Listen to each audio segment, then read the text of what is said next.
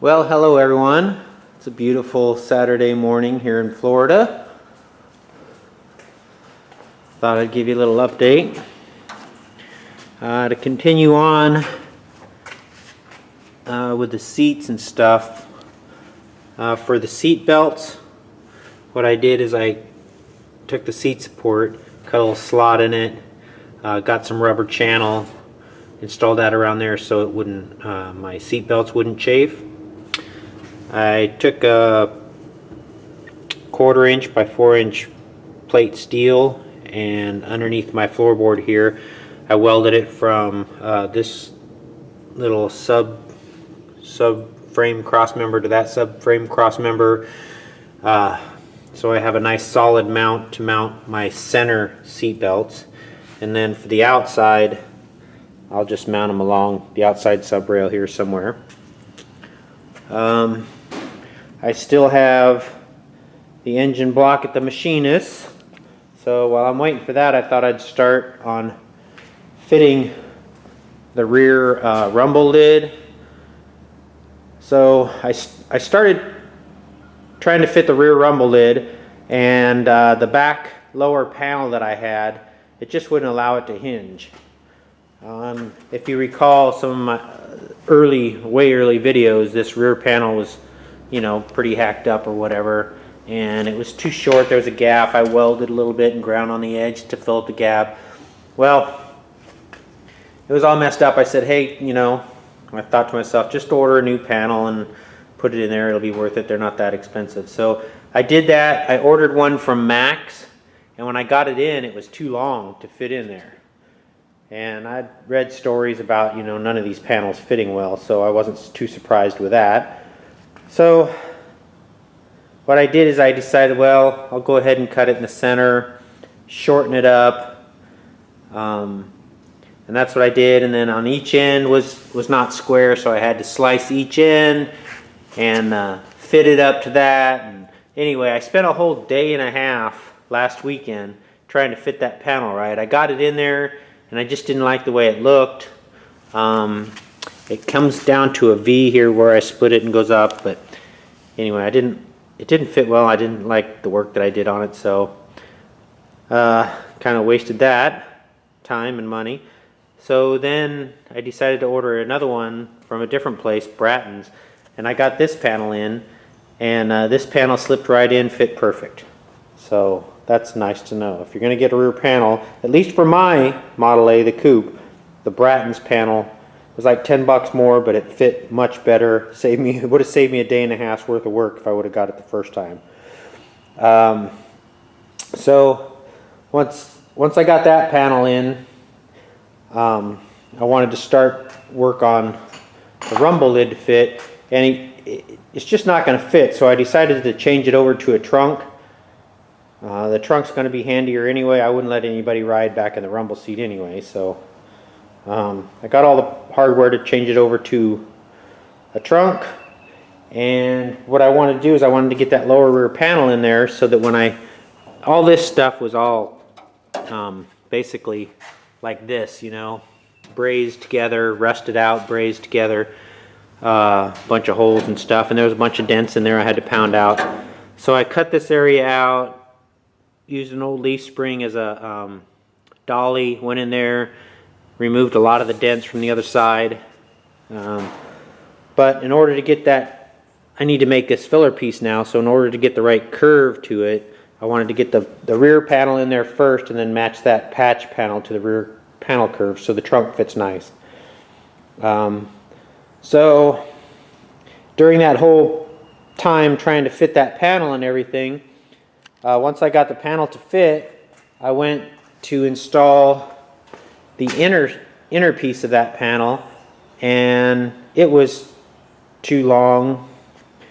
And what I figured with that is whoever had the coupe before, when they put this together, they didn't bolt anything together. They just pushed these against the subframe and welded it. You can see where they've, you know, welded or brazed the subframe on here. It's patched up forward too. So I don't think they had these quite right. So what I did is I went ahead and ground out all the welds that they used to put everything back together. I took these side panels off, loosened these by grinding the welds out. So that allowed me, while all that was gone, that allowed me to take care of some rust problems back in this area here. You know, to clean those up and treat them and all that. And while I was at it, while I had all that open, the bottom of the rear quarter panel was, you know, brazed up, rust holes and stuff. So I'm going to go ahead and, while I can access the back, I'm going to patch the back and get that all done today. Okay, so clean this area up a little bit. Trimmed up my little patch panel I made to fit in there a little better. So now I'm going to go ahead and use this die chem. It's just a blue dye for metalworking. I could put this on there.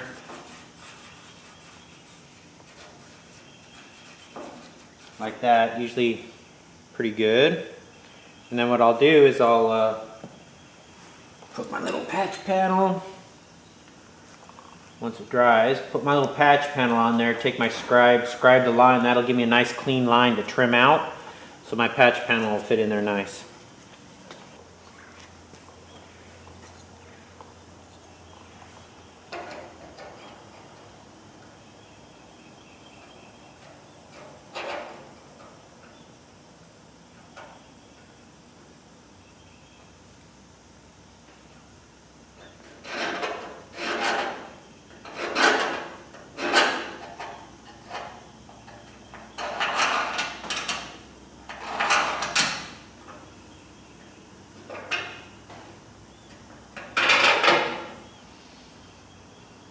I'm only going halfway across that bead because I thought it'd be a lot easier to clean and sand up with a raised area than trying to just cut it in here, cut it over there.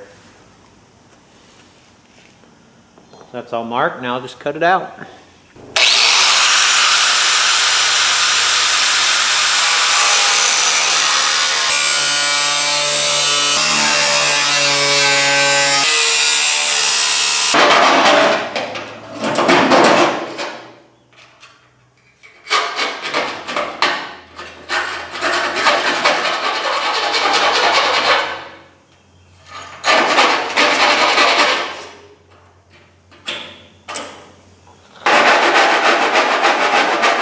I got the patch in there okay. Good enough to start anyway. Alright, I think that's pretty good. Got rid of most of all that brass in this area here. There's still just a couple little specks there, but that's okay, they're not too bad. I'm gonna add a little skim coat of Bondo, they'll be okay. So that now I can go ahead and sandblast these parts, the inner parts that go right there. Fit all that stuff in and then drill some holes and bolt them in, put it back together. Alright, well, it took me a while to figure it out. There it is. Fit pretty good. And on the other video I said this was from Bratton's. It's not, it's from Snyder's. I noticed on my receipt it was from Snyder's, so. And then the inside part here I got from Max on my first order. That was a little tricky to figure out, but it's mounted enough to where I can check out my trunk fit now, which I'm sure will be no good, but we'll see.